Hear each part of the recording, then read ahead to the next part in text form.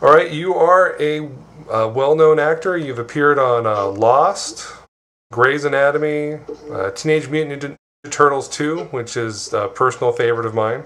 All right. I guess not many people realize this, but you were born in Phnom Penh in 1959. That's correct. All right, so can you tell us a little bit about your family's background and where you grew up?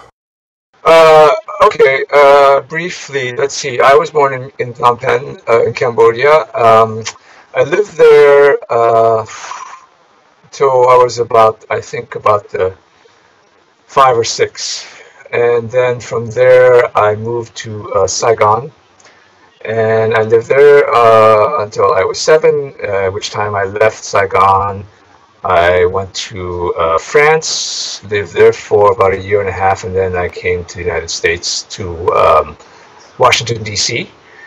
And pretty much on and off, that's where I grew up on the East Coast in D.C., Maryland suburb. Went to school there.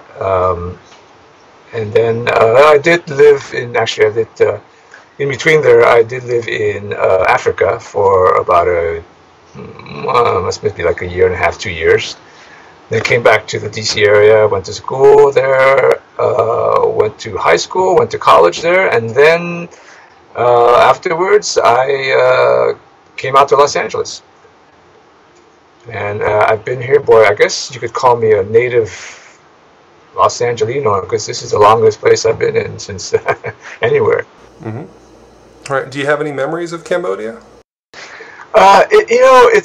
It's been. I have I remember briefly, little things here and there. Like one time I went to maybe it must have been like a vacation to the beach or something. I remember going to school there. I went to a Catholic school since I started going to school, and I remember those. I remember those nuns. It's not that fun. So I don't know if that's a good memory to still have. But and then there are glimpses. And then when I moved to Saigon, this was in I lived there in like 65, 66. The war was going on almost full throttle by then. The street I lived on, I remember hearing, I guess it was gunfire or whatever at nighttime and things like that. But you're a kid, you don't really think about that kind of stuff, the situation you're in. So yeah, and then there's it's weird. There's now that I've been an actor, and of course I've played like a lot of when they were doing a lot of Vietnam War stuff a few years ago in the 80s. They had like China Beach and Tour of Duty and all these series that was set in the Vietnam War, and I did a bunch of them, and it does sort of kind of bring back little memories of, oh yeah, this is sort of familiar in a weird way. I mean, I think I remember it, but it's not really, it's not really real. So it's sketchy. It's sketchy, what I remember. So do you identify as Cambodian-American, Chinese-American, Vietnamese-American? How do you define your ethnic background? Well, I mean, I guess, when I'm filling out a form or something, and you got to check one of those boxes, I put Asian American or Asian or whatever they have. If you really get specific, I would probably say Cambodian American. Not that I have any, great connection. Just from the fact that that's where I was born. I consider myself Vietnamese American too, because I'm half Vietnamese. But mostly, I would say, I guess Asian American is what I would say if people ask me, and then if they want to go deeper, then I'll launch into the whole. There's always like, oh, François, how do you get a name like that? And then I have to kind of go into, I was born in Cambodia and we spoke French there, and little I got it down to like a couple of sentences to try to get it in there. You've played a lot of diverse characters throughout your acting career. You've played Chinese characters, Japanese characters. You even appeared as a Hmong character on Grey's Anatomy. What's that like to be called upon to play so many different ethnic groups from Asia? For me, as an actor, and specifically as an Asian American actor, it's great. It's there's there was a point where you were expected to play like say it's a Chinese character. A lot of there was a thinking that you had to get sort of an actor of Chinese descent or a Chinese actor to play that character. Same thing with, say, a Cambodian or Korean or Japanese and so forth. That's not my thinking. For me, as an actor, it's great that I get to play all these different, ethnicities that are Asian.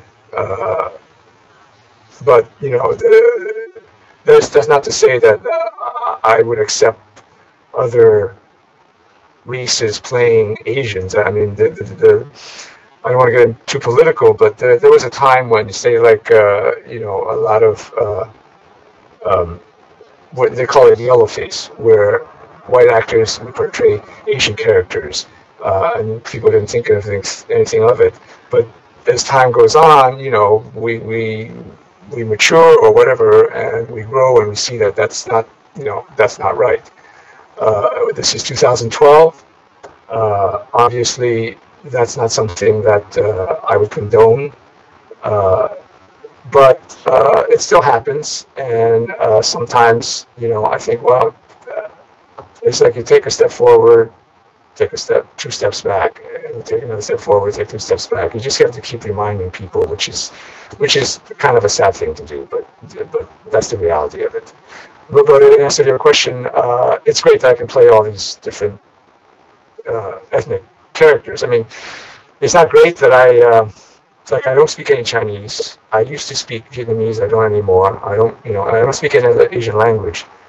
So every time I play like a Chinese character who has to speak, let's say Mandarin or something, I have to I'll call my Chinese friends and say, hey, how do you say this and this? And I have to learn it phonetically and make it, try to make it sound as authentic as possible. And same with the Korean or Japanese and so forth.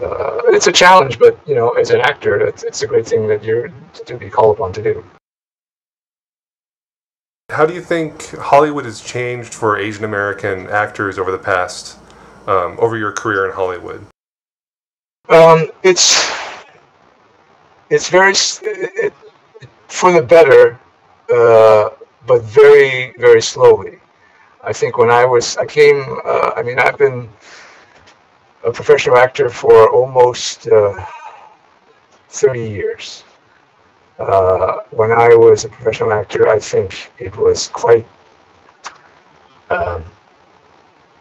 accepted, or nobody ever thought anything about, say, David Carradine playing a Chinese character on Kung Fu. And of course, they made it he's Eurasian, which is kind of the excuse to say, okay, it's okay for this white actor to play a Chinese guy. These days, you would think that's that's not acceptable. And for the most part, you talk to people, you see the casting and a lot of things, and it's not. But there's still stuff like that going on here and there, and like I say, you just kind of have to keep reminding people that this is not right. But for the most part, I think especially for the younger actors, the younger generation. I sound like an old man already. The younger generation of actors who are having success now. I think there's a lot more opportunities. It's a lot better. The roles are not, specifically doesn't have to specifically be Asian for them to be cast in it. You know, say a good example is John Cho, who's a young actor now, is a friend of mine who's in Star Trek. He's done a bunch of stuff, but he's gotten to a level in the industry where he doesn't have to play just Asian characters. You know, people think of him as an actor first, which is a big step, I think, a great step for us. But again, it's very slow and it's very small, and you have to be vigilant all the time. And I hope that there comes a time where you don't have to be, but we're not there yet. But I think it has gotten better. Do you have any tips for aspiring actors, Asian American or otherwise? Nothing other than what everybody else has already told them, that, you know, keep at it, don't give up, work hard and stuff, and all of that is true. It's, I was thinking about this. I think being an actor, it's a profession where you don't actually, I think other actors will know what I'm talking about. You don't choose to be an actor. It sort of chooses you. Because once you, get bitten by the bug, that's all you can do. And you find some way to do it, to fulfill your artistic need. Luck has a huge part in it. There are tons of incredibly talented, actors who for some other reason just have not had the opportunities or the chance, or just weren't there at the right time, right place, or whatever. But they keep at it because, like I say, once you've sort of gotten bitten by the bug, it's hard not to. You really can't think of doing anything else, even if you have to do your day jobs and whatever to make your living. You're in your head, you're still an actor, trying to make it And luckily for me, I've been able to be like a professional actor, making a living at it for the last almost 30 years, and I'm grateful every day because, like I say, the luck really has a big thing to do with it. Do you have any thoughts or plans on visiting Cambodia or Phnom Penh or Saigon again? I would love to. I would, I'm like all other actors, I'm hoping that maybe I'll get a job that'll send me there so that I don't have to pay for it. But other than that, it's just a matter of time. I think most people will relate that. When I was younger, when I was doing regional plays out of town and all that, it was great. There was no worries about other responsibilities you have. But now as you have older, I have a family, I have a mortgage, I have all these other stuff, and it's just a matter of of going, well, I got to find some time to do this, and then if I set this time aside, I don't know what how, it's just a lot harder to figure out, and especially for this profession, it's not you're sort of at the mercy of your next job. You don't know what's coming up. You can't really plan 6 months ahead and say, hey, I'm gonna do this 6 months from now, because something could come up and then everything changes. There's been kind of an emerging interest in Cambodia. A lot of documentaries, a lot of independent films have been made in the past few years about Cambodia. Do you have any thoughts about that? I think it's great that there's interest in it. I think it's great that hopefully there'll be a lot of opportunities for Cambodian artists to show, or to be able to show their stuff to the world. Kind of, I hope there's a reemergence of a lot of activity that goes on there that was shut down completely. And with the new generation of people, I'm kind of optimistic that that will happen. These days, with the internet, it's just the world has gotten so much smaller that it may be easier to get information and to get for artists to show their products or talents or whatever. There's a lot more ways to do it, a lot more accessibility, I guess is what I'm trying to say. Well, is there anything else you want to add?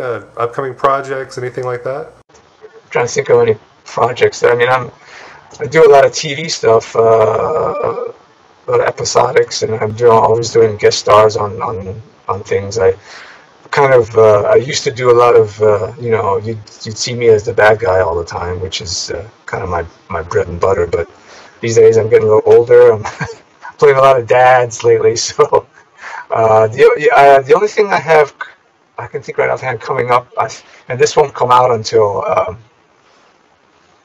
the spring of next year, I think is what they told me. There's a movie called 21 and Over. It's directed by the two guys who wrote The Hangover. And it's about 3 college kids, kind of wacky, stuff. And I play the stern father. So watch movie there, I guess. That's all for this podcast. If you'd like to learn more about my experiences in Cambodia, grab a copy of my book At Home on the Mekong on Amazon.